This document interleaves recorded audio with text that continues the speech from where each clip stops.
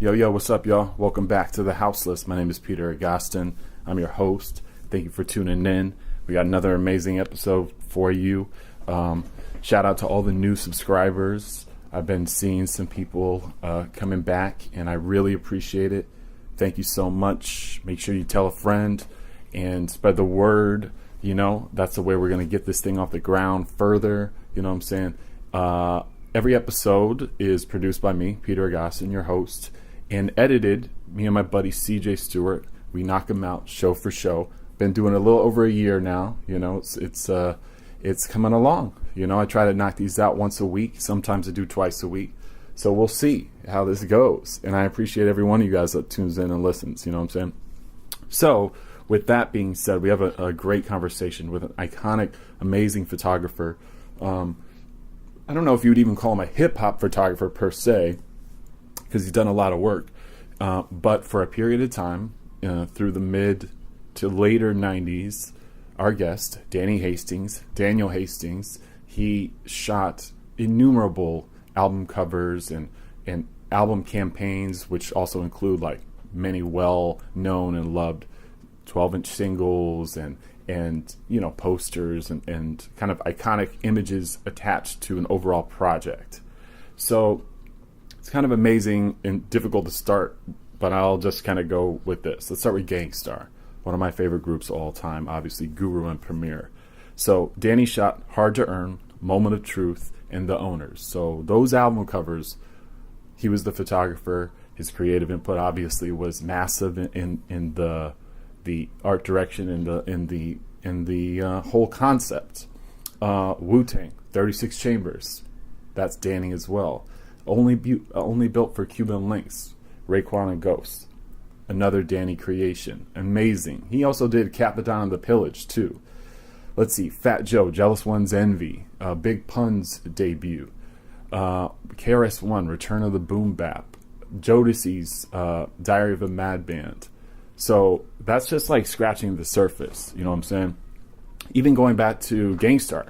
So he did Group Home's debut album, as well as Jeru's debut and Wrath of the Math. So he was very ingrained in that group of artists, the Gangstarr Foundation. Slim Shady album cover, the debut album. I mean, he even did a lot of stuff for Bad Boy. Did the debut albums of Keith Murray, Mad Skillz. I could go on and on and on. I mean, it's pretty amazing. And so in our conversation, I try to talk about a lot of that stuff. So you get some pretty amazing stories from Danny, who has like just an unbelievable point of reference for that period of time as a working photographer, and coming from the age of print magazines, almost immediately doing uncountable album covers. A very skilled photographer, and we get into some technique. We get into some personal stories and shit. It's dope. It's a great episode. This is also a great companion piece to my conversation with B+, the Los Angeles, by way of Ireland, photographer who is in many ways a great contemporary of Danny's too. So go back and check out that conversation. It was just posted a few episodes back. If this is your first time, again, don't forget to subscribe. I really appreciate it, and that's how we can keep this thing going. You know, I don't ask of any money from y'all, so do me a favor, subscribe, repost the link if you like these conversations, or if you know someone that might be into that is yet to be hip and put on. Please do it for me. Thank you guys so much.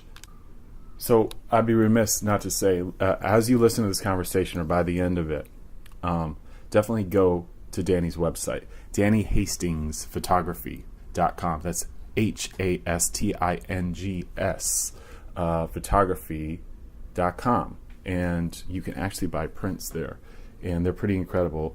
I am the fortunate owner of a couple of them, and they're pretty amazing. And I can guarantee you, once you get on that website and you start seeing all the records and the images he's shot over the years, I mean, it's almost unbelievable. So everyone from, Jay-Z, Tribe, Nas, Fat Joe, Big Pun, De La, Ice Cube, Biz, that the Alcoholics, Tony Touch. It goes on and on and on. It's pretty dope. So do yourself a favor, check out his website. And without further ado, let's just get right into this thing because it's a great conversation, classic one. And I was really privileged to have the time with Danny. So thank you. Shouts to Danny. Good looking out, y'all. Enjoy. Peace. These are like records that I've always loved and owned, and they're from that sort of Source Magazine early mid 90s era of hip hop. So one is Main One's the Soul debut, I think his only album, Main One, I think Birth of a Ghetto Child. You remember? Wow, Select Jesus. Records, right? Wow, you went to Main One. Yeah, now that's probably somewhere in the middle of your work during that period of time. I mean, but, you know, and it's a great record for that period and on Select Records. I think Main One was the beginning. Yeah? So it's like probably 94. 94, yeah. Right. 94, because I mean, I really started in 93. Oh, okay. 93. 92, I think 92 towards the end was my first sort of professional gig, but 93 was really when it kind of like things started taking off. In 94, I shot the Wu-Tang, right? Yeah. So that must have broke things wide open then. Well, when from 1994 to 1995, I shot 35 album covers in 1 year. Yeah, I tallied them up. It was like every 2 weeks, I was shooting an album cover, and to the point that I thought it was normal. That's good work. That's a good You know what I though. mean? Like, yeah, I really honestly, Peter, I thought it was like, I started shooting album covers, and that's what I do. And I was shooting one every 2 weeks, and I would go to a meeting and shoot the next one. And it was like, as soon as like the Wu-Tang hit, man, it was like everybody wanted me to shoot that album. Right. So how did that one come about? How did they find you? Was it a Loud Records thing? No, actually Loud Records didn't even exist when I shot. This was just RCA. It was RCA, right? Yeah. Loud Records. I mean, it was probably just still in the developing stages from Steve Rifkin's apartment, I guess. Right, you know what I mean? Right. And in LA, there was not a New York office yet. Oh, interesting. Yeah. So I literally worked directly with RCA and BMG. And I already landed 2 album covers for them prior to that, which was the Rumpletilskinz and KRS-One Return of the Boom Bap. Right. Nice. Right? Yeah. Yeah, I mean, well, that KRS-One is just as iconic for that era. Yeah, so that kind of solidified my credibility right away with Return of the Boom Bap, and I think even Premier produced that whole record, if I'm not mistaken, the entire, maybe close to the entire record, and I think that got also that visual already was with him, kind of like pre Gangstarr, Yeah, that's very interesting to say that too, because you can kind of see some, a sort of lineage between, maybe visually, aesthetically. Yeah, totally. And so going back, I was already kind of in pocket with the art director at RCA because she loved my work. Her name was Jackie Murphy. Okay. Her name is Jackie Murphy. She became like the creative director and and senior art director on a lot of labels, including Jive Records and so on. And she called me. She's like, "Hey, Dan, I got this great group that I think you would love. It's called the Wu-Tang." And I already had a Wu-Tang cassette. I already had like that black and white, Protect Your Neck and Method Man on the other side. It was like this little white label. Cassette tape, and I was like, "Oh shit, hell yeah, man! I love those guys." Coincidentally, I was in Atlanta at Jack the Rapper, so I was like, I kind of learned quickly that I need to network, I need to meet people, and I had like this few hip hop, like pretty much iconic groups in my portfolio already. I had KRS-One. I had the Rumpletilskinz, and I had House of Pain, which was my very first gig. For which this is for House of Pain a record cover? House of Pain was my first job I ever got through The Source. Oh, so a magazine, like a profile. Yeah, it was exactly. That's exactly what it was. And but the pictures were beautiful. And as soon as I started picking up some clientele, so I started sharing that with everybody. Right. and boom, I'm a Jack the Rapper.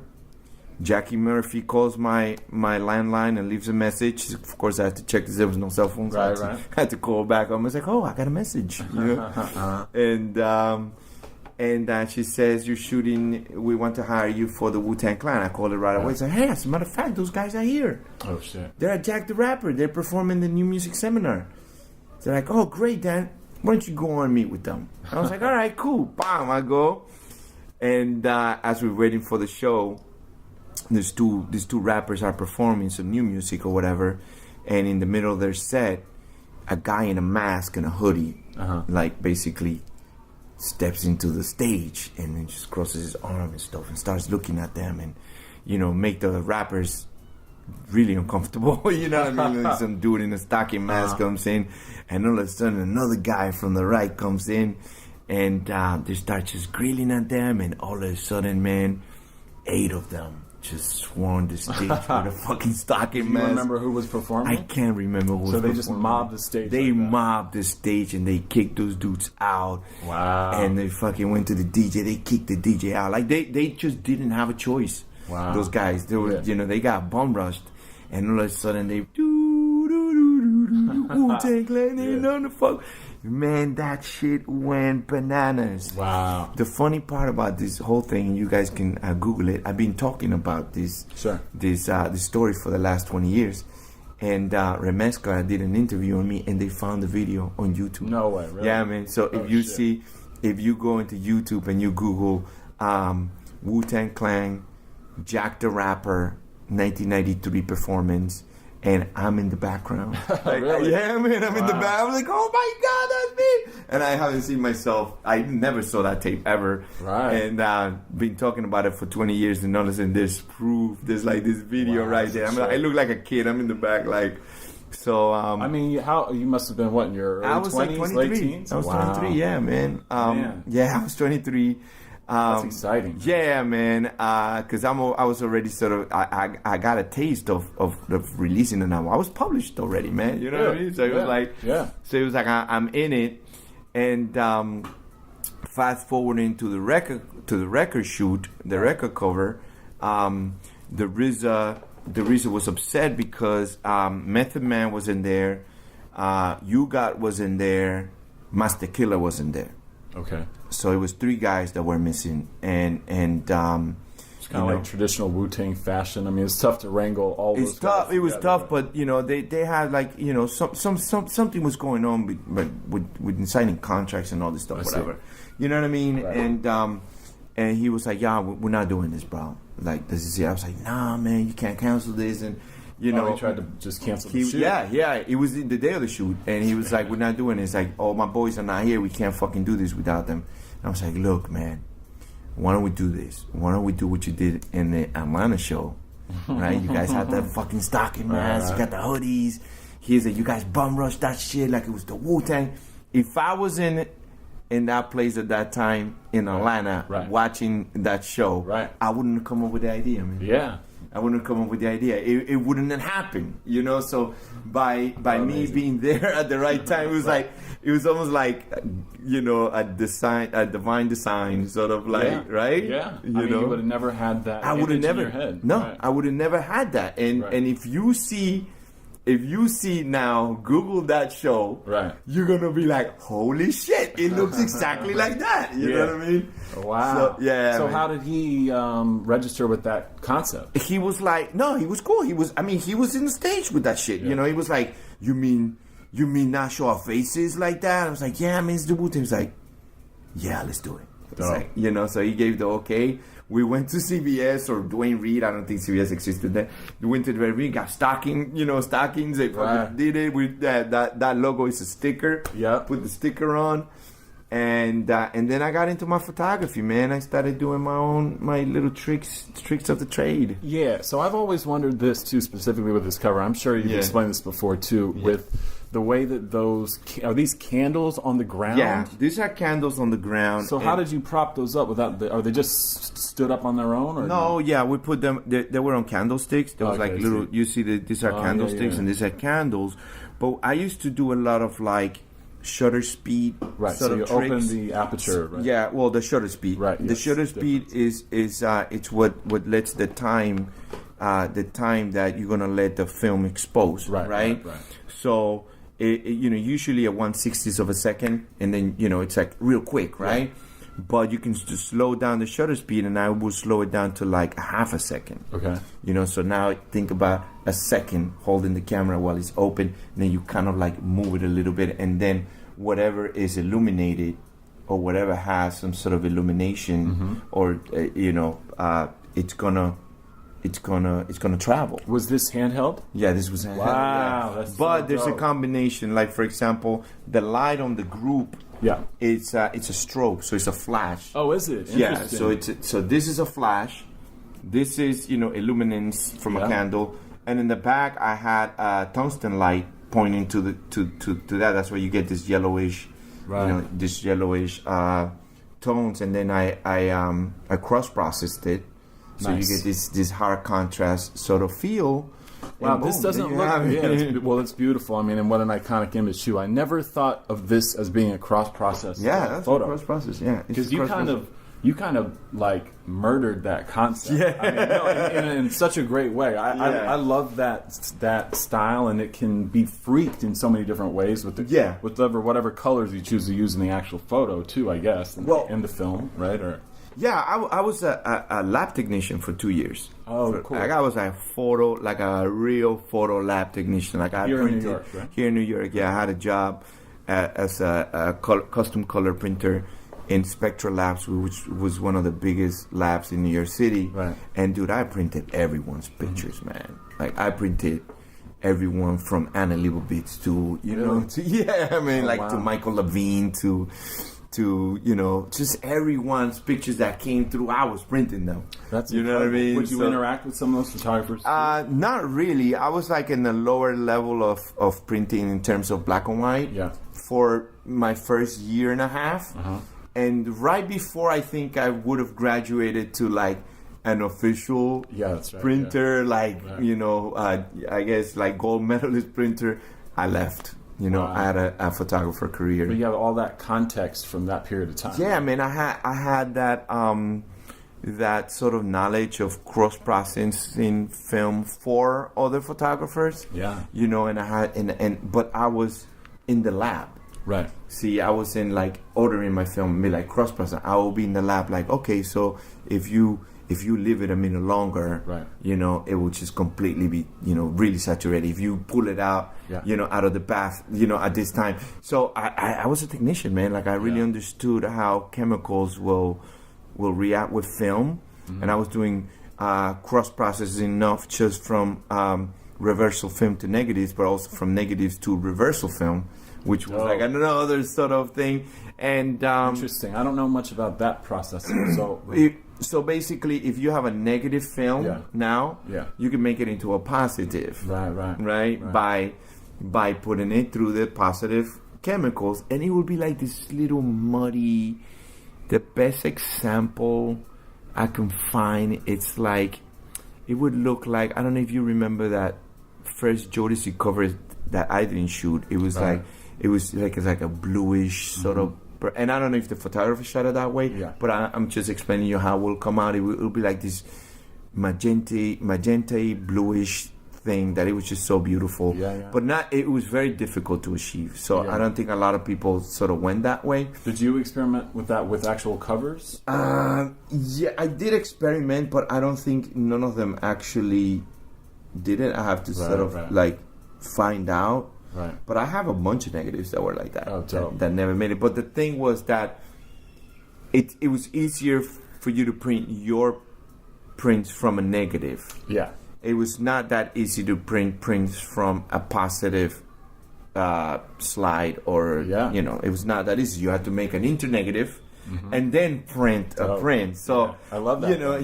Yeah. It's like, it's not dissimilar from how, at least speaking of hip hop, like how producers things are at such a state of analog outboard equipment to how, editing with razors, it's like you're doing that with film too. And, and just like samplers and sampling records and people used to cut the tape physically. Yeah, man. You know what I mean? Like cut and paste before computers was actually cut, glue, and paste. You know what I mean? In all forms, even in film. Right. You know, when you will edit 60 millimeter film, you will actually cut and paste. Yeah. You know, with glue and stuff like that, and so with audio as well. And yeah.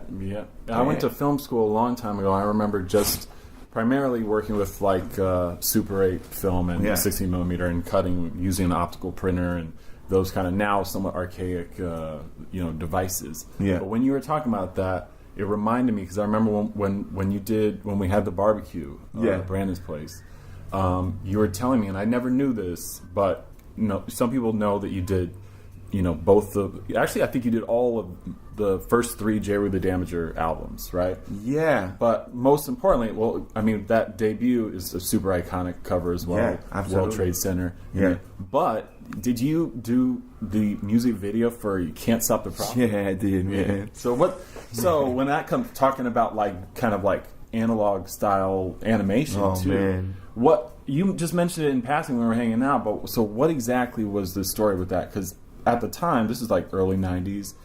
It was a pretty like unique music video. Man. We got to #1 Yo MTV Raps like the week before MTV Raps like closed. Oh shit! Yeah, it was like bittersweet. It was like, oh my god, we're #1. Sorry, the show is ending. Da-da-da-da. It was like, it was like the I remember, bro. It was like the week before or like 2 weeks later, the show got canceled and I just the process was like, dude. The process was like. It took forever, man, because my partner at the time, Christian Cortez, who also, by the way, he's one of the graffiti artists that had his paintings at the 5 Points that was demolished, and he was part of that recent battle at court. Wow. Yeah, and he was with me doing all. He basically drew everything, and what the process was. It was like a huge pop-up book, right? Okay. So it was like cardboard cutouts. Right. It was not conventional animation like cell animation. We decided to actually draw everything on paper, cut them, and peg them vertically, so we can actually illuminate backgrounds. Oh, dope! Interesting. So like buildings were actually, cardboard cutouts and paintings, and then we'll have like actual, a set with like. Cardboard, pegs and the animator will come and remove the character and put it back in place. So it was all vertical, and then you could light buildings and you could put like, a fire behind it through a screen. And we shot everything on 35 millimeter. Wow, that's amazing. Yeah, man. Was it stop motion though? It was stop motion. Yeah, it was stop motion. It was we went through this company called Atlantic Motion Pictures. That we rented the 35 millimeter, and dude, from there I was gonna go into music videos, but it didn't happen for me because I was so busy shooting album covers, man. Like it was like 1994, I shot 35 album covers. I really didn't like. For me, album covers were so in retrospective, I'm kind of glad I didn't go the video way because I have this physical stuff, man. This is, I do gallery shows and it's like really beautiful work that I capture, and but I will do a music video here and there just to kind of like test my waters and then go back over there and in album covers. But yeah, that album cover was that music video.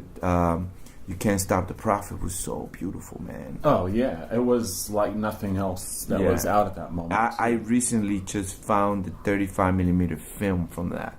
Oh wow! So we're talking about redigitizing it into HD because it doesn't exist in HD. Now imagine when we do that HD shit. Oh, that's gonna be insane.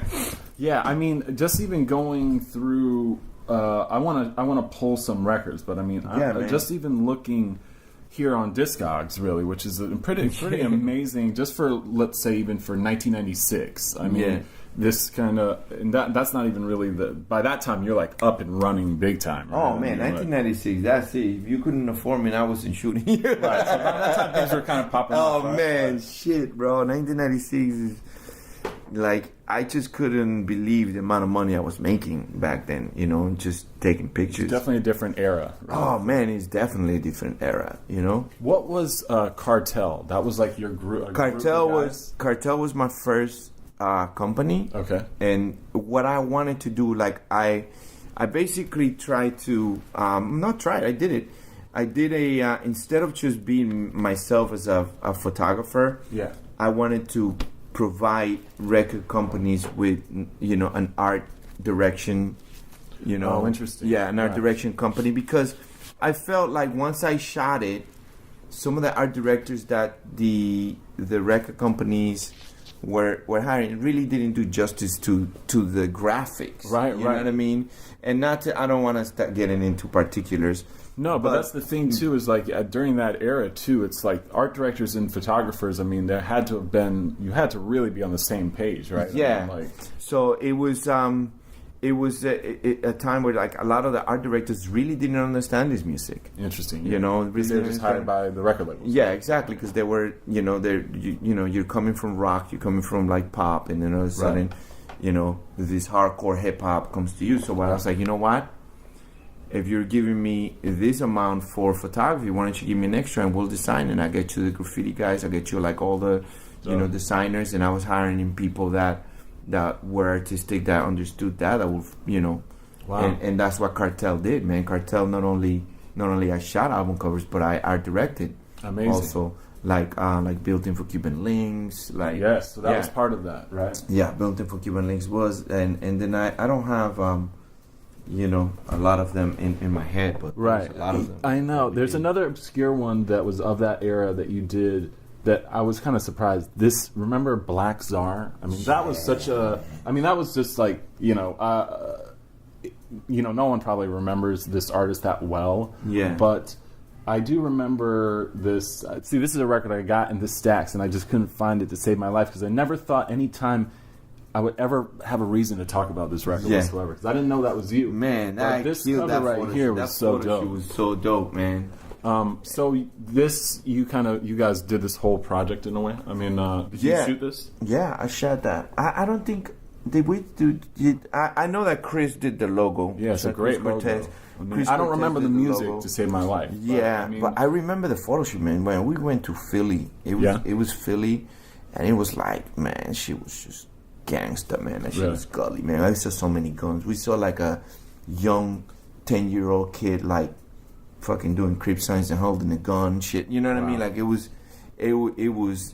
crazy. It was real gangster.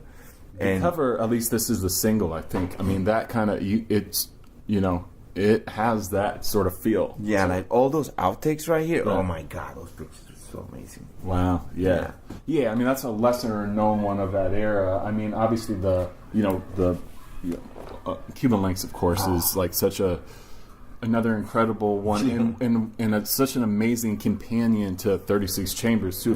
If you kind of look at them side by side, they have a pretty like dope kind of semblance. And I gotta be honest with you, I don't think, and you know, I might get criticized for this, but I don't think RZA did a good job in trying to keep that same feel and look.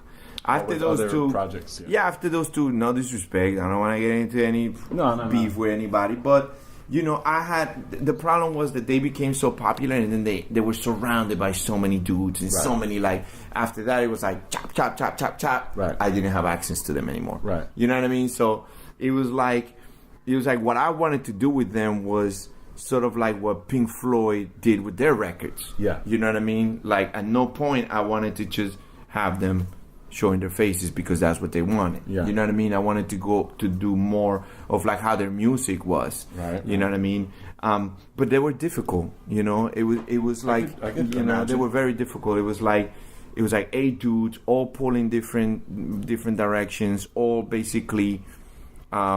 At one point, they couldn't even fucking agree to one thing. You know what I mean? And and the RZA would be like, hey man, it's got to be unanimous decision. You know what I mean? Like, so that doesn't really help you. Yeah, exactly. Right. So it had to be like one dude to be like, nah, this is what we're doing. Y'all show up and that's it. But, it was like, I mean, it was the 90s, man. Dudes were like coming up and just be like, no, fuck that. I'm the man. I got to do what's me. And after that, that's where you see like all the other covers. Especially with the Iron Flag. But, I had that idea to do. But that was kind of like a dope idea. So you did all of the singles and everything that was around the Cuban Links album. Yeah, right? when they hired me for an album, it would be like for the album package and project. Right. So because there was the 12-inch covers for 36 Chambers. You had done those too, I think, if I'm not mistaken, right? Yeah. Because it was in one day, in one shoot, we'll just shoot like.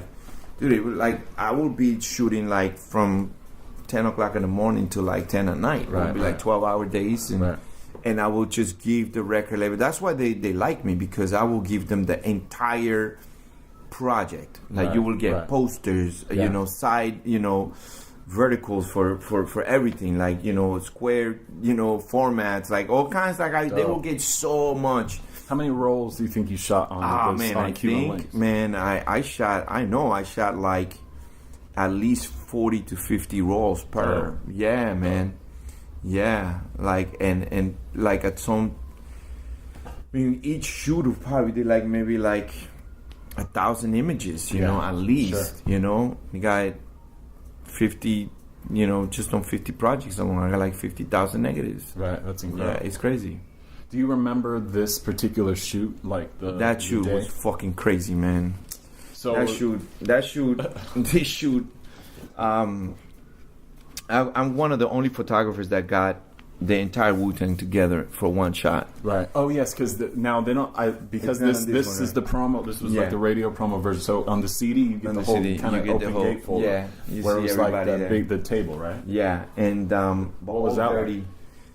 It was good, man. I think this was like the Enter the Wu-Tang.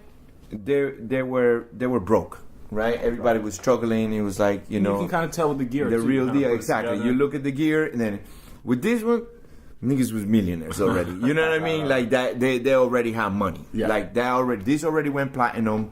This was like shipping out gold. You know what I mean? Amazing. So they had money. You know what I mean? And this was already like what, like 2 or 3 years apart. Like this is, I think this was 96. When was this? Yeah, I think so.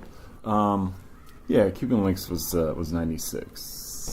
So they 95. 95. So it was like this was like 93, 94, and this was like 95. Yeah. So they already have money, you know what I mean? And you can tell the difference in the dynamics. Right. They were all sort of like heading their own little entrepreneurial sort of like fields. You had like Raekwon and Ghost, and then you had like the Jizza, and then you had the RZA, and then you had like all these. All Dirty was his own sort of dynamics with Elektra. Yeah.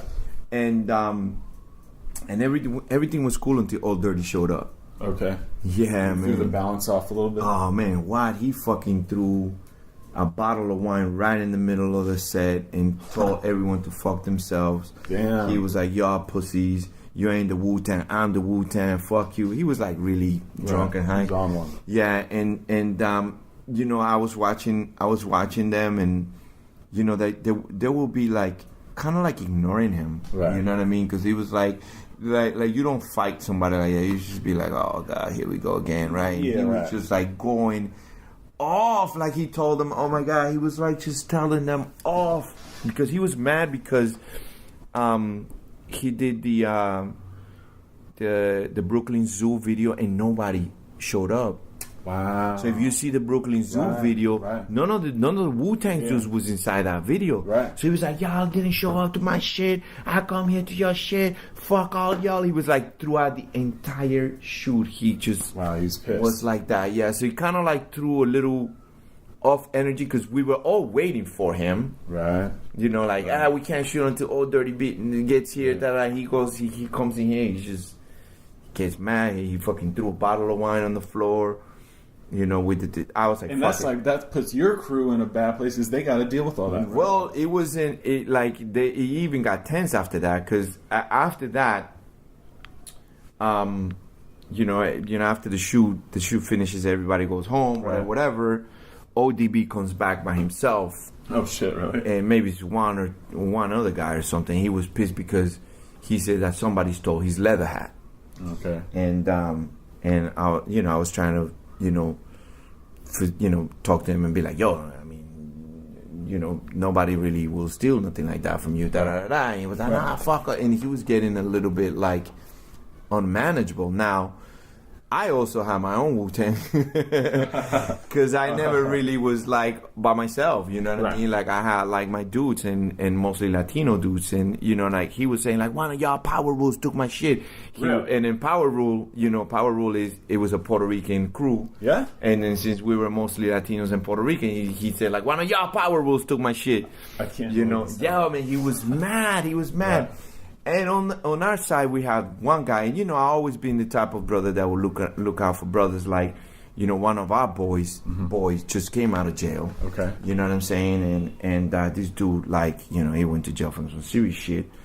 And when he heard that Power Rule shit, man, he went straight to ODB. Like, he just fucking like, and then he like, this dude was like diesel, big neck, big like jail dude. He just went over there, and I was like, oh my God, what the fuck is going to go down? And then he just got real close to him, and he was like,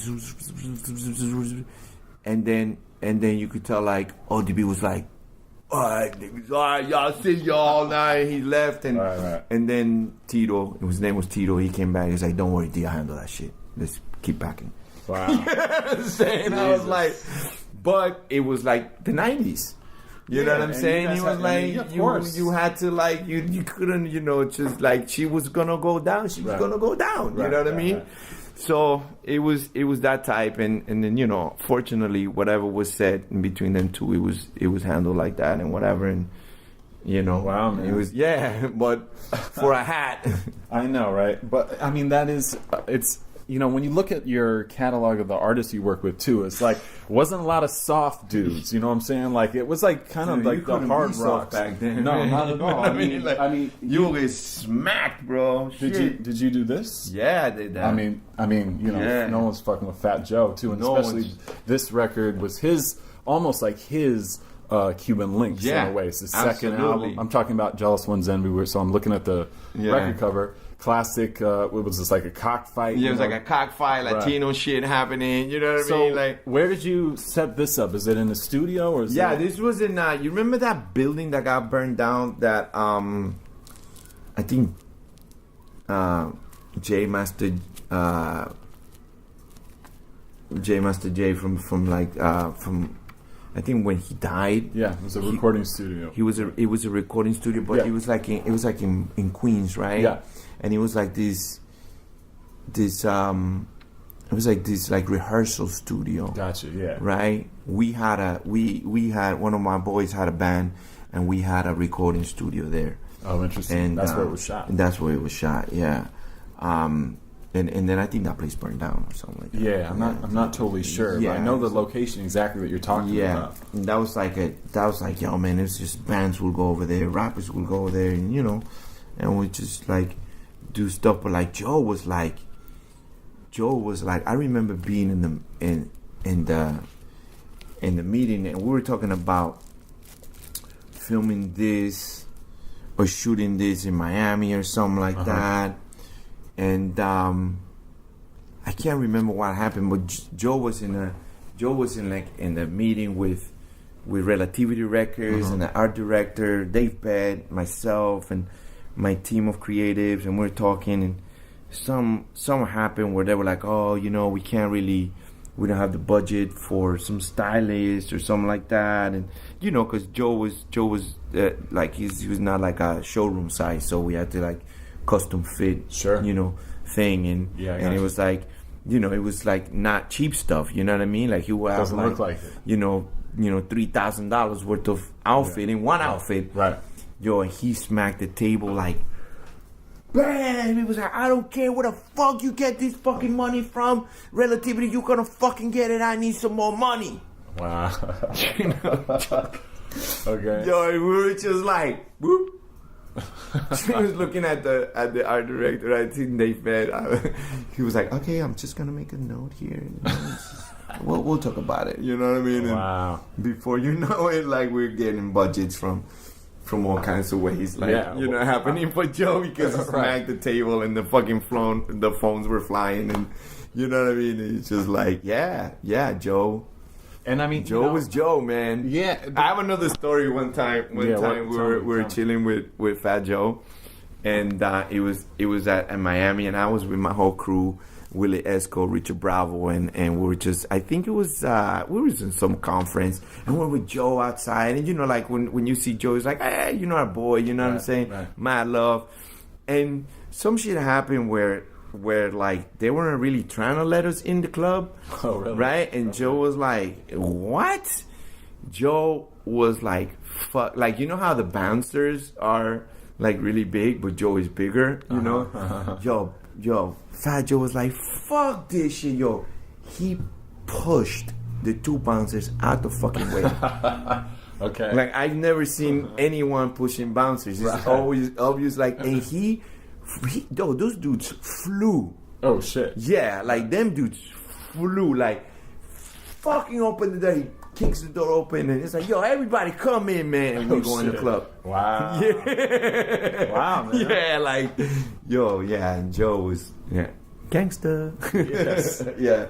I mean, the thing... And he was, like, super nice, too. Like, he like... seemed like he has, like, two sides. Like, two sides. Like, and everybody's drinking. And, it was like, yo, what you drinking? Joe's like, nah, I'm not going to drink. I have, like, give me, like, a fuzzy navel or something like that. Like, he wouldn't... You know what I'm saying? Everybody would get drunk and he would drink, like, a, like a soda or something like that. Yeah.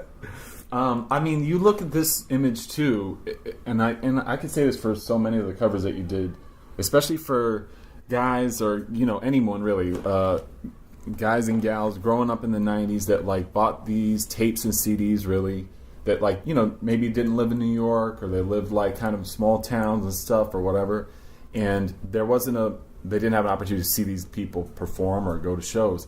Like this, like these images, these cover images is really, besides if they're really into watching music videos, this is like what they had to go off of to use their imagination and basically stare at the album cover while they're watching it, as well as like read the liner notes and read the production credits. I mean, it's records like this where people like really like started learning more about many other ones, but about digging in the crates and all the producers affiliated with them. But does that register with you, especially like look at like Cuban Links and like come on and this, and we haven't even gotten to the Gangstarr shit. So, where it's like a great novel where there's no pictures in the book. It's just your imagination. All you have is the front cover to stare at, or maybe if you're lucky, the inside. But see, that's what I came to set out to do. Like I came from a rock and roll era. I came from my adolescent years. There was no hip hop. There was like Pink Floyd, and there was like Rolling Stones, and there was Rush, and there was like the Police. Yeah. And I'm talking about from 1981 to 1986. Right. I collected maybe about 200 records. Yeah. And all those records were rock. And you grew up here in New York? No, I grew up in Panama. Nice. I grew up in Panama until I was like 16. Then I came to New York. Okay, interesting. You know what I'm saying? So from 11 to 16, I was rock and roll Danny. Yeah. You know what I'm saying? Like, I know everything from like Rush,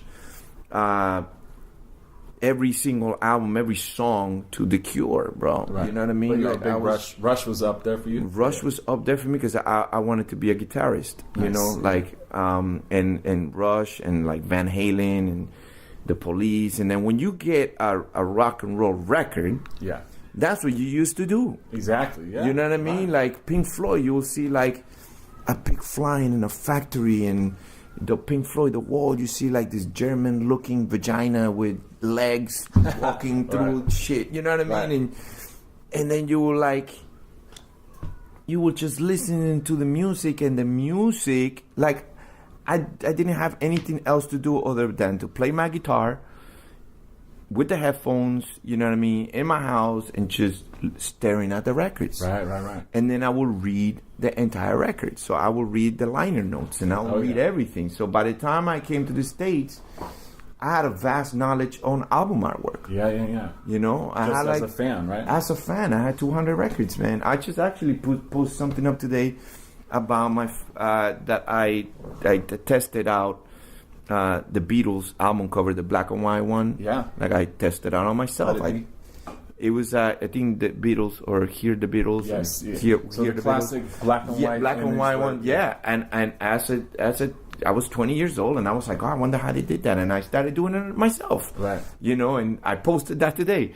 So you kind of recreated that picture, right? But it was you shot yourself. It was a self-portrait. I was like at home like this, and I put a black background, and I did it myself. Dope. And I was like preparing, like I had this vast knowledge. It's almost like how Quentin Tarantino studied, like, film by being in a VHS tape, like, you know, rental video store. Yeah. I was like in a record place, you know what I mean? I didn't work in a record store, but I had all records, you know, like, so that's sort of like how I transitioned into being a fan to being like inside the moment I realized that as I was buying now hip hop records, because all my friends here in New York were all hip hop dudes, sure. and now in 1986, I'm starting to listen to things like, you know, Boogie Down Production and Eric B. and Rakim, Dope. and I'm getting introduced to that, and it was like a different sound, but I loved the rebellious part about it. Right, you know what I'm saying? I was more towards 87. I was more like a Clash fan. I was more like like that rebel attitude fan, and I think that kind of went through. Like hip hop, you know what? Were you going to shows? I went to CBGB's like 2 times. Yeah. And I was going to shows, and then I was going to hip hop shows after that. Nice. Like I started going to with my friends, and did you go to like? Yeah, I went to Cure shows too. I went to the Cure. I went to like I was into music. Yeah. Like music for me was everything, man. Well, 87, 88, 89 in New York were just like incredible time for music. And I was like, you know, 16, 17, 18, 19, you know what I mean? Like I was like, pretty good. Yeah, man. Yeah. So once I started realizing that and I started buying hip hop records, I was like, man, I could do this, man. You know, I can shoot this, you know, and I just had like affinity for, like, yeah, I can do this. And as I was studying photography and I got the photo lab, I started reading the liner notes on the hip hop records, and I'll be like, Rush Management, that's in Bleecker Street, Spring Street, that shit is right here. It's around the corner. And Sony's 550 Madison, that's right here, and this one is right there. And I was like, you know, it was like, you know, eureka moment where I said to myself, I'm going to send my work to these people, and the art directors were always credited. Oh yeah. And I had a director and an address, and stamps and postcards. So I mailed my photography to them, and before you know it, they started hiring me, man. Incredible. Let's go. Just cold sending out. Just cold sending out, man. I think that because most of my portfolio before I had any rappers, everyone looked like rappers. Everyone that I shot looked like rappers. You know, they were black, Latino dudes. If it was a white dude from New York, he would look like a rapper too. Like everybody was hoodie down, Tim's. Like that was the look, right? Yeah. So, you know, it was all my friends that I took pictures of. Like I would be like the guy with the camera, and I would make postcards and send those postcards to the record labels and to the magazines. And the first one that called me back was The Source. Nice. Right. Yeah, and Who was the first one was House of Pain, man. Yeah. They gave me a House of Pain, and well, who was the editor or the publisher back then? His name was John Schechter. Oh yes, the original. John Schechter, man. He gave me so much love, man. Yeah. And he was the first one. Oh. He's the first one to hire Danny Hastings, man. Wow. Yeah, and he was like, man, you know, I love your work. Peace. He put a peace sign and I think I still have that postcard that, you know, like that he wrote me. Oh, he was like, I'm gonna hire you. I was like, oh shit, he's gonna hire me. He called me the next week, man. Wow. And he was like, what you doing on Tuesday? I was like, yeah, just whatever you want me to do. Because at that point, I was already like 2 years in the lab. As long as I finished my work, I could go and come back. It was like, meet us here, you're going to shoot House of Pain. I was like, House of Pain? What? House of Pain was the number one. Like, Jump Around was already popping. Okay, so it was the height of Jump and Around. it was like the white boys coming through. You know what I'm saying? They were like credible. She was crazy, fight music, all this shit. And I was like, man, I'm there. So I went there, I met them, I took pictures of them. And I got paid $60, man. And that shit to me was like $1,000. Right. That experience must have been insane. Yeah, plus I only did it like in 2 hours. So I was like, well. So you brought your own camera and film and everything? Yeah. How'd that work? Yeah. I did everything myself. I didn't have much. I only had my Canon A1. There's no room for Polaroids. Right. I did something very risky that at the time I don't think photographers were doing. I took the on-camera flash, that big ones that you put on top. I took it out and I bought a cable that you can connect to the camera. So all of a sudden, because I knew that flash on camera means amateur. Right. That's how amateurs shoot, flashing camera, right? Gotcha. And paparazzi, professional. Right. Paparazzi, right? Okay. I didn't want to do that. I want to have control of my lighting, so I bought this big ass cable. And I made my own umbrella with like aluminum foil, nice. You know what I'm saying, right. Reflector. And I took that shit with me, man. And those pictures came out beautiful, man. But I tested that rig before. Okay. So I knew that a certain distance it would be like 8.0 or 5.6. You know what I'm saying? Like, so you already had the knowledge. Exactly. So I already had tested that like a lot. Right. So when I went there, boom, I did it, and no Polaroid, no meter. Wow. Just distance and math. That's it. And instincts and stuff. Yeah, exactly. And I don't know, man. I just they fucking love the pictures. Did you do any covers for the magazine? Yeah, I shot one cover for the Source. What was that? I shot the Cypress Seals cover, which was like the most different. It was like hand painted. Yeah. It was like all this like psychedelic look. And I didn't get love after that. After that I kind of like, it was kind of weird because now I was like really shooting album covers. Right. So, a lot of the magazine photographers, that's what they kind of strike for. Like, because, you will make like $200-300 shooting a magazine. Right. You'll make like $5,000 shooting an album cover. Sure. You know what I mean? It was like a different dynamic. And I wasn't really, not that I needed it. I wasn't really welcome in the whole magazine circuit. Like, nobody called me for jobs anymore. At that point, I was just like, I'm shooting album covers, man. Yeah. You know what I mean? There was no point in, like, you start in magazines and you go to album covers. Yeah, definitely. There's no point for me to go back. And I really have a handful of magazine work. I don't really have you made a lot. a quick jump into albums. Oh man, it was immediately. Yeah. It was immediately, man. And because it's funny, because now in your career you don't shoot. You don't really shoot, right? I don't really shoot, man. I mean, I'm shooting a little bit of stuff, but I like to shoot actors and comedians, especially. like I don't know. Do you mean like in studio portraiture type stuff, or studio portrait stuff? Like I don't really like shooting for the music industry anymore because they try to own everything. Right. And the magazines pay so little, it's not really worth my time. Yeah. And then for me to get like the new, I guess it would be nice to shoot Kendrick, but for me to get the new Kendrick, it's not where I want to go right now. Right. With my work, I think I'm maxed out in terms of like, really, like if Kendrick wants me to shoot his album cover, don't get me wrong, I'll sit down with the man and be like, let's conceptualize this. You know what I mean? Right. But I think that the look is different too. Yeah. You know what I mean? Like the last one that it's changed. Aesthetically, it's changed, but I've changed too. Like I did the Bat Meets Evil with M, right? That looks nothing like my previous work, and I did the Pretty Reckless, which Taylor Momsen, which is like a rock and roll album, and it was #1 on Billboard.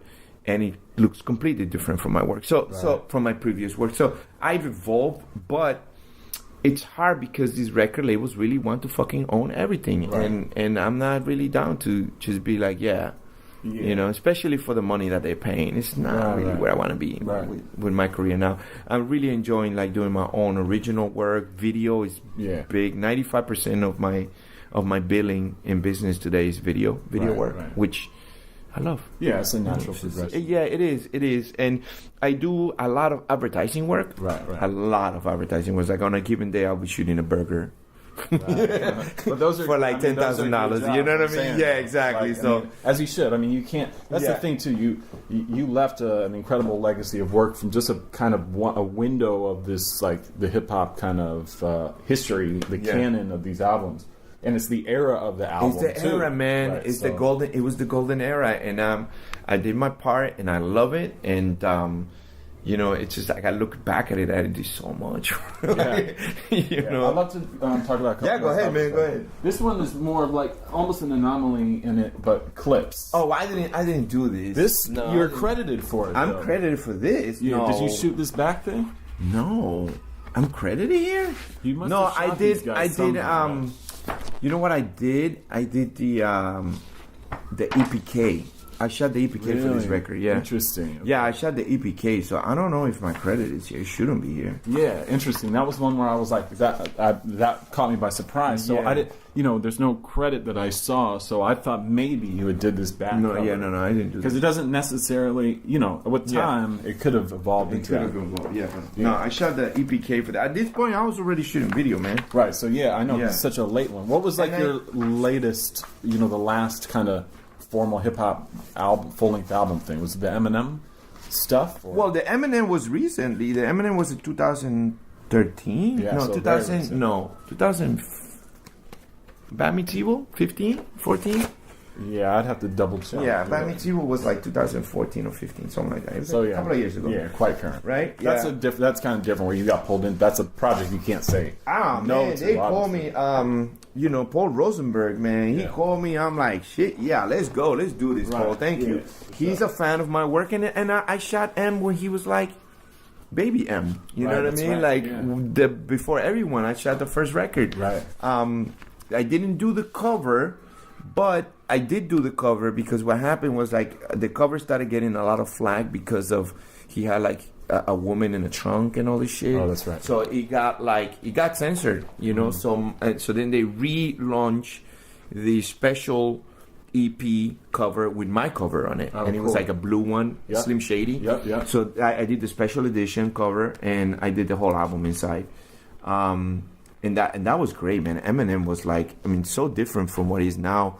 Yeah, he was kind of like goofy and fun in terms of like his energy was young, you know. His energy was young. This was like 20 years ago, and then. And he was open to your ideas. Man, I wrapped a light in his head. I don't think he'll let me do that now. Right. You know what I mean? Like, I took one of those DJ tube lights and I wrapped it in his head. And I was like, only source light. And he was like down with whatever, man. That's hilarious. He was so cool. Dope. And like, but now it's like you have to go through management to deal with like, what he thinks, you know, it's like a more, you know, and dealing with Paul is really like so cool.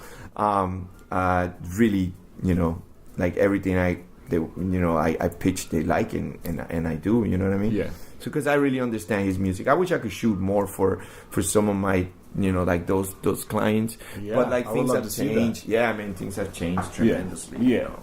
Oh, I'd be remiss if we didn't spend some time just talking about Gangstarr. Yes. Because it's not just Gangstarr that you shot, and 3 incredible albums. I mean, every album. I'm a huge Gangstarr fan, as are many people. Man. This is the foundation of hip hop. Yeah, but you also shot. Speaking of, I mean, you shot the foundation, the Gangstarr Foundation, because Group Home, right? Group Home. I shot Jeru, and I shot 3 Gangstarr album covers. Right. So the Group Home's seminal debut. Yes. You know, Jeru's debut album. Second album. Also Wrath of Math, and his later record. Yeah, man, I shot it. Yeah, I'm Jeru's my friend. Yeah, shouts you to know Jeru. what I mean? Yeah, shout out to Jeru. He's my friend. He's my family, man. He's like, you know, yeah, we stayed in touch. We're you know, we'll sit down, we break some bread. You know what I mean? It's like one of the, you know, true friends that I'll say, like, from this industry that Jeru, remain somebody I remain close to. So You know what I mean? he was doing his photography. And he's a photographer too, He sometimes gives me crazy, like, yo, D, I did it because you, man. You told me everything. That's what's up. You know what I mean? But I didn't, I can't rap, so I couldn't, he did the opposite. Right. I couldn't go and rap now, so. But it all started But he's a with very this record, talented though, photographer right? as well. It had to have It all started started with his Hard to Earn. record, yeah, man. So Gangstarr, Hard to Earn. I mean, such an iconic thing, especially of an era where there was very little Photoshop wasn't being used, right? So No Photoshop, man. right? So this, like, the logo, the way I'm kind of bringing that up because the way the layout is with this kind of the handwritten title and the classic sort of Gangstarr logo. Yeah, these are all like EPS graphic files. Yeah. You know what I mean? That were going on either Cork Express or, this was no Photoshop. There's no Photoshop here. Yeah. I was still very proud of not using Photoshop, even though in like 1995, 96, because I came from the whole darkroom experiment. Sure. And I tried to hold as much as I could, but just doing, cross processing and. So this is another great example of cross processed. This was a combination of light and the way tungsten film reacts with light. Like Right. in a normal situation, if you shoot daylight film with tungsten film, everything turns. I'm sorry. In a normal situation, if you use daylight film and tungsten light, Yes. everything turns orange. Right. Right. So when you cross process, that orange is even more exaggerated. Yeah, because this doesn't look orange, although it looks red, but it has like a color all of its own. Right, and on top of that, I printed this in color paper. Dope. Okay. So then there's like a whole nother level of red on top of it, right. So all of these experiments will lead to, something unique, man. I didn't just want to shoot and then photographers were doing such because at school they teach you like white balance and proper aperture, you know what I mean, right. and all this stuff, and when you come to the creative records, you don't want to do that. You don't want nothing should look normal. No, you know what I mean? That shit. Exactly, nothing. I don't think none of my covers look white balanced. No, not at all. What's the story with the back of Hard to Earn? So, do you remember? This looks like it's actually not shot far from here, where we are right now. Yeah, that was shot in Norfolk. I was one of the first people, Norfolk Street. Oh, okay, gotcha. That the Lenin statue was over here. But I was before it was put. But that building with the Lenin statue which actually got taken out like a few months ago. This is like the playground, right? Angel. Yeah, it's right across the street from the Angel Aaron Sounds Foundation. Okay, it's like that synagogue that everybody shoots at. Yeah, I was one of the first ones to shoot there, man. Oh, really? Yeah. How did you source it out? I shot the Wu-Tang there. Wow. Okay. I shot the Wu-Tang there, and when RZA said, "I want like a monastery-looking thing," I started going into different places, and I passed by there and I saw it and I just went in. That place was falling apart. Really? Then. Yeah. And I rented that shit for like $500. Dope. And today it's like $10,000 no to way, rent man. that. Yeah, Oh, man. wow, You that's can't so rent great. that for it. Dude, for one day they charge you like 10 stacks, man. Wow. It's crazy. You got in there then. Oh, hell yeah. Yeah. But then, you were like at your own risk because that shit was really falling apart. Right. And that's where I shot that. You see that? That's this. So, wow. So that's something people probably would not, Yeah, think that's is the inside. I mean, so Hard to Earn and 36 Chambers we are shot in the same steps. Right. In the same, this is the column right here. This column is this column. Yeah. And Incredible. this column right here is this column right here. So they're sitting. so they're sitting in the steps, basically. I see. You see the yes. steps? That's Yeah. where they're sitting. Wow. In the same place. I shot a few covers there actually. I mean, you would never, ever, ever think unless it That was was my explained to studio, you. man. That was like my studio. That was like I love that. How did Guru and Premier like this when you showed them? They loved it. I mean, Guru was very animate about very stern about making sure that Primo would be on the front. Right. He was like, before, like, nah, man. Like, and every time I'll gravitate to a shooting, like, because, you know, rappers are like the stars, right? So Sure. it's like, no, man, I told you, make sure that Primo is on the front. Right. You know what I mean? And he wanted to make sure that Primo got, like, equal play, because he was like, look, man, when you make a song, it's, you know, half of the song is the rapper, half of the song is the producer. Right. Yeah, Especially the with DJ, Gangstarr. Exactly. And then the DJ's always being in the back. Right. And I don't want that. Right. You know, I want, and Primo was like, yo, all right, cool. So he was like, you know, I think throughout all the records, this is where I really saw the brotherhood of these two. Real vivid, real more than any of the other jobs. I think through Moment of Truth, I caught that a little bit too. Yeah. Like, but it was like It was starting to change. more. by this Yeah, time, it's starting right? to change. Right. Yeah, but like this right here, man.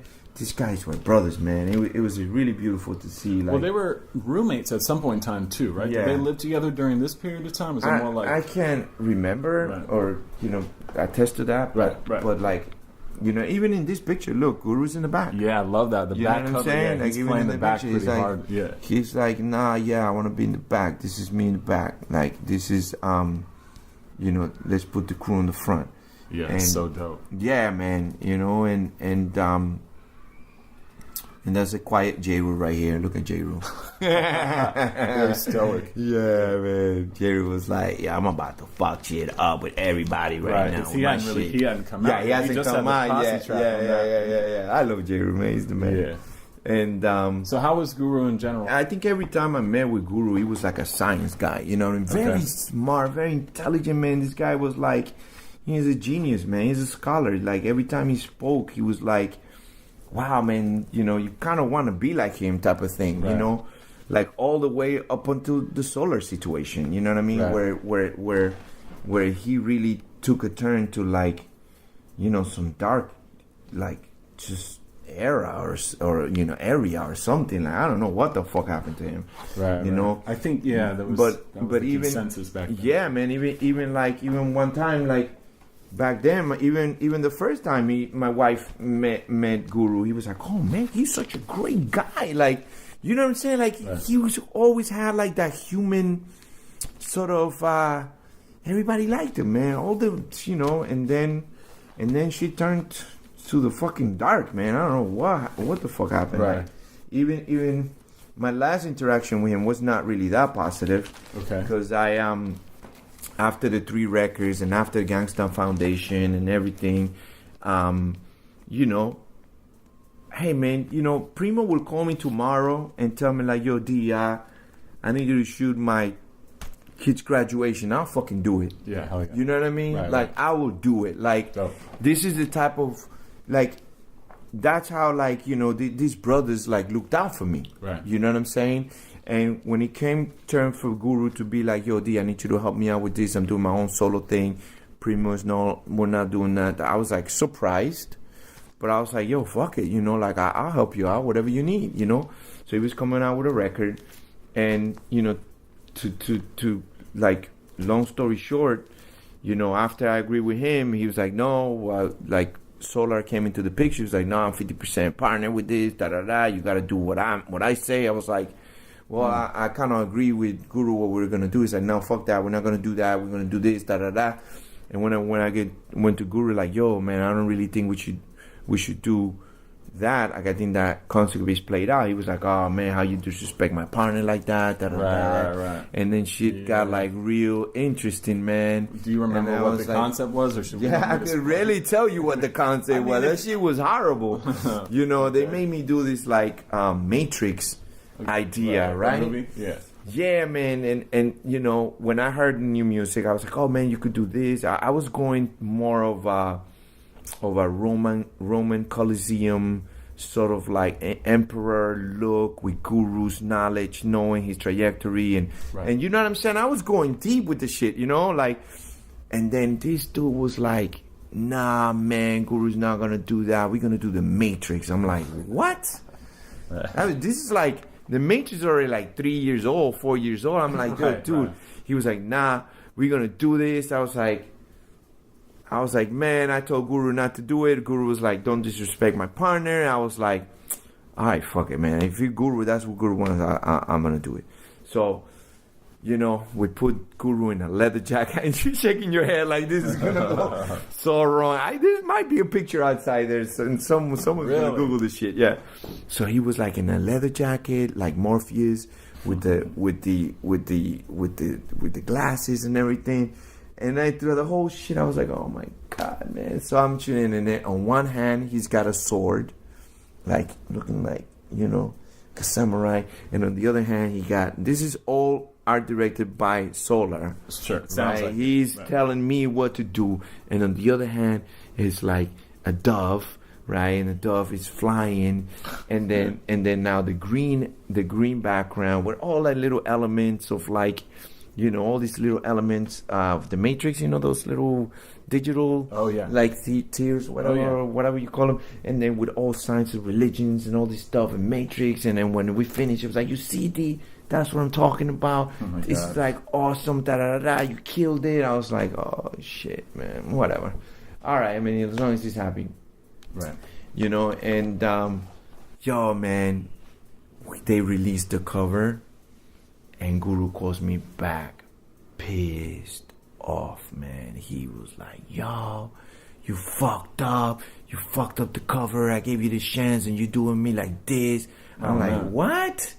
I thought you guys were happy. Right. He was like, look what they did to my website.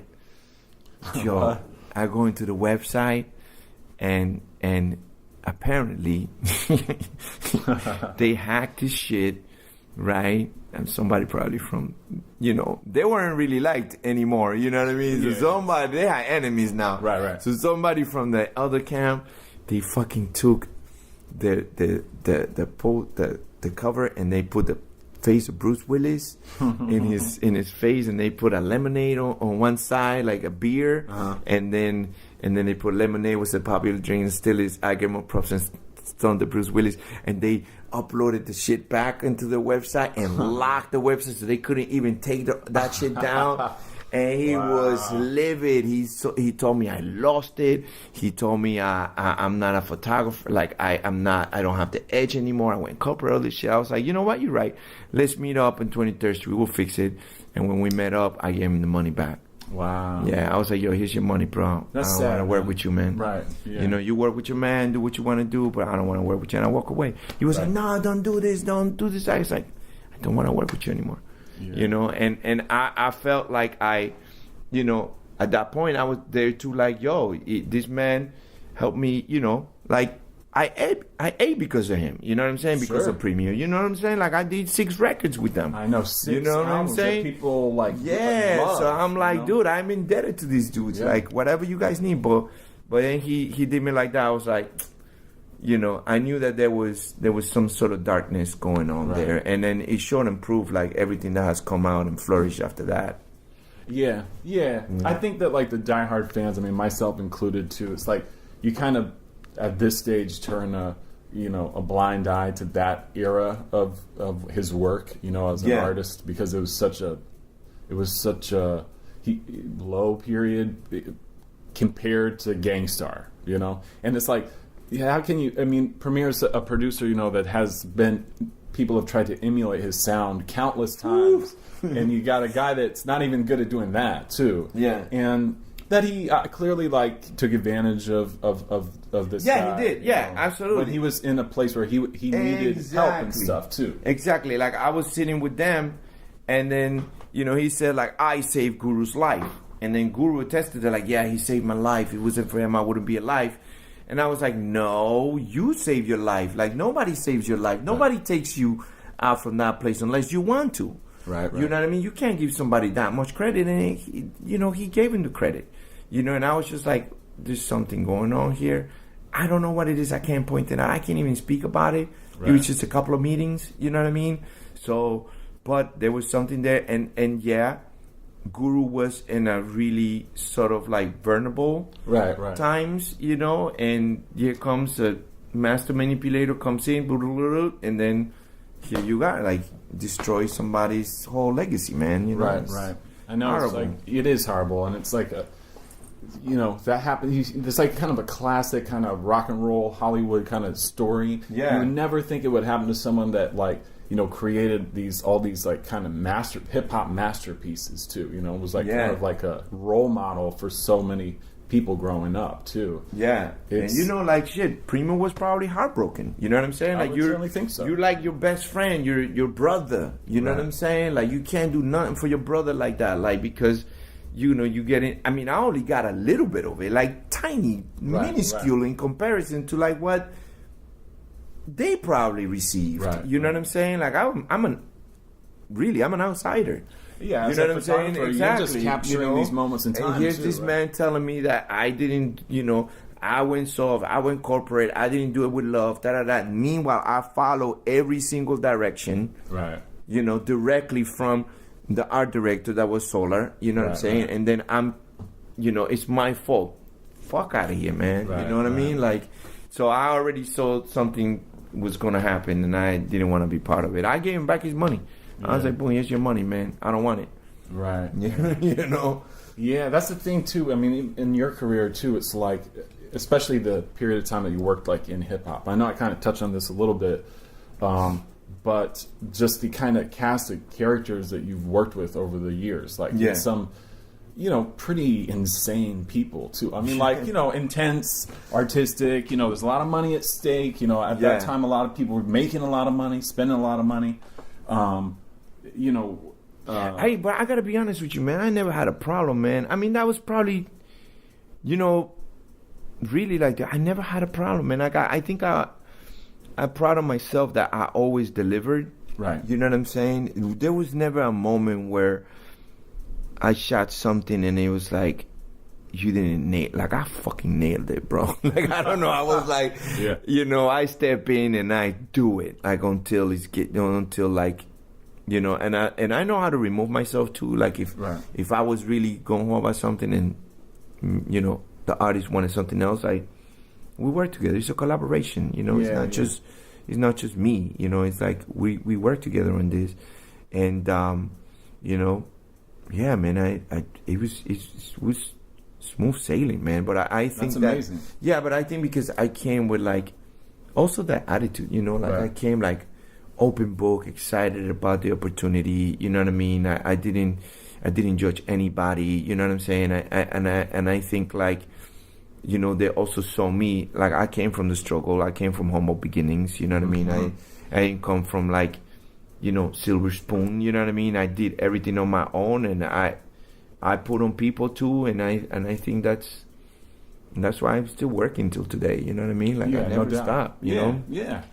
I mean, in that, even like the fact that you did the thing at Brandon's record store. It's just like a cool. Some photographers can then become filmmakers and then kind of be like, fuck, like that whole scene is just my past. That you like. Another photographer I spoke to recently on the podcast was B+. Oh, that's my man. Yeah. And you and Chancleta, man. He came with chancletas. You know what I'm saying? Yes, he did. Shout out to Chancletas, man. The only dude with sandals on in New York City. He got pretty feet, though. No homo. He got pretty feet. He can get away with it.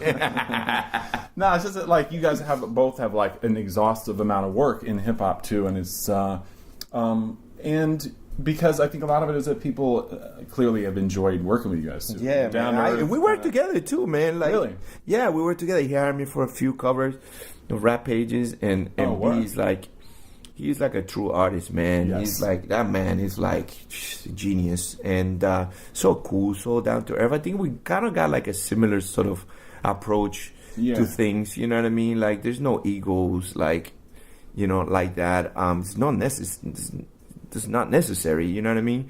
But it's funny. You got stylistically, if you look at a lot of those covers, you have an aesthetic, and he does too. I think he plays with like foreground and background like really strongly.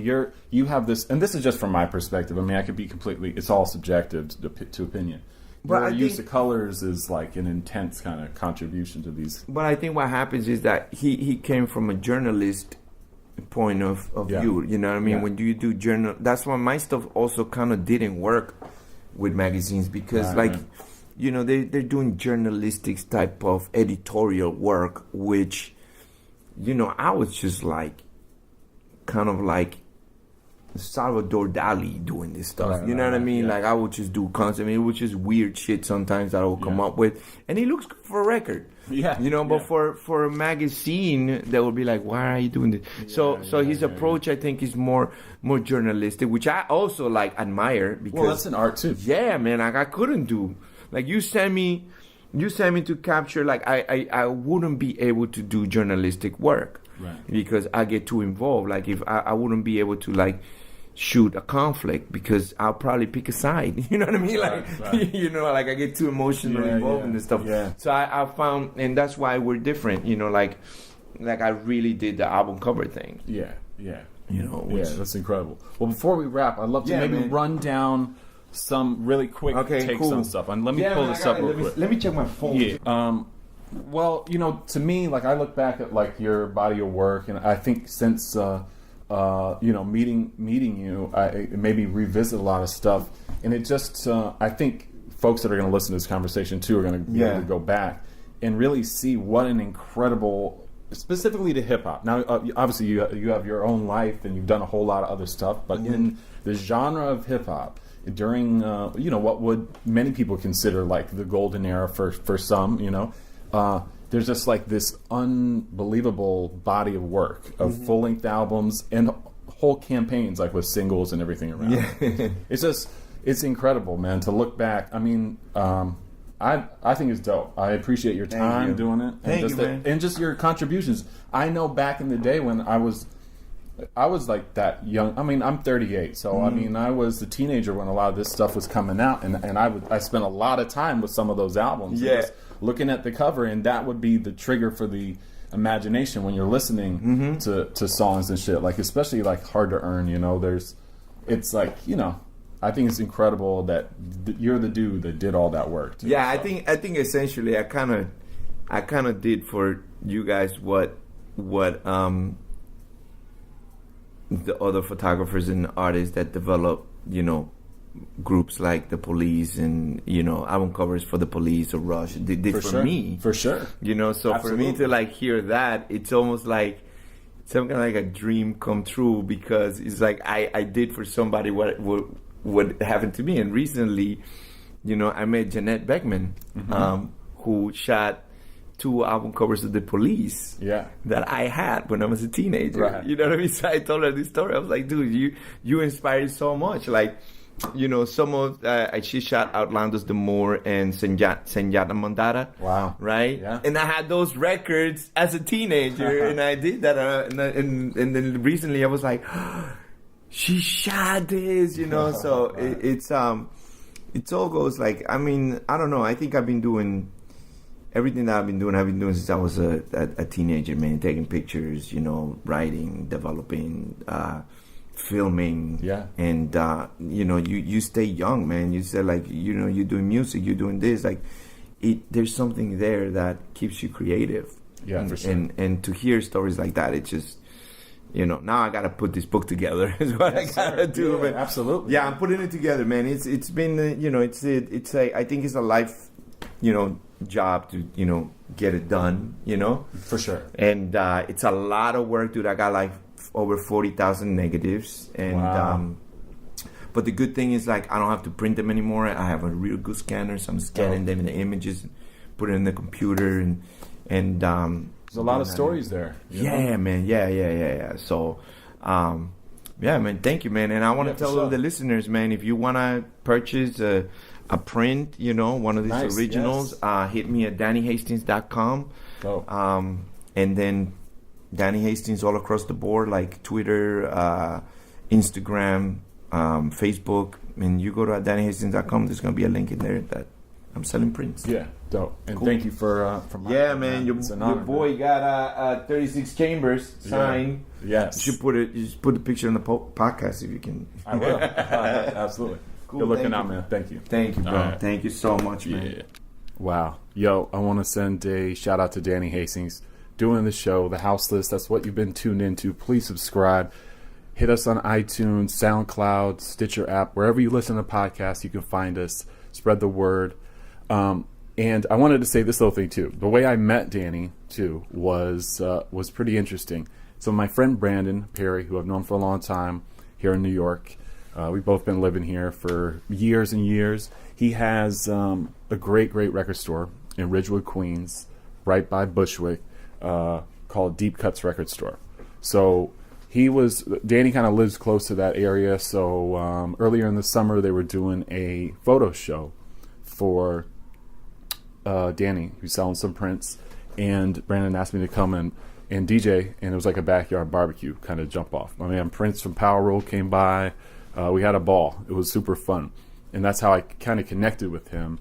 And I played a bunch of records from the albums that he shot, as a photographer. And so I wanted to basically let heads know out there, if you come into New York, one, if you're a New Yorker and you haven't already peeped out Brandon's shop, Deep Cuts Record Store. It's Ridgewood, Flushing. Find it. It's on Facebook. It's very easy to find, close to the train. And I've been there a handful of times. It's dope. They got great used stuff, new stuff, tapes. He's an incredible collector. So tell him the Houseless and Peter Agostin sent you.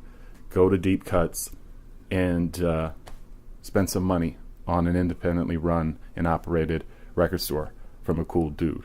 And don't forget to hit up DannyHastingsPhotography.com. Get you guys a print just in time for the holiday season. There's an amazing array of artists that he's shot. Get a print.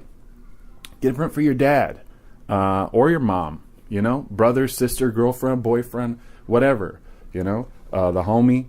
So, yeah, do that. Keep listening to the podcast. Every episode is edited and engineered by CJ Stewart. My name is Peter Agostin. Thank you again so much for tuning in. This was a great one. I hope you guys enjoyed it as much as I did having a conversation with Danny. Peace, y'all. I'll catch you guys on the next one.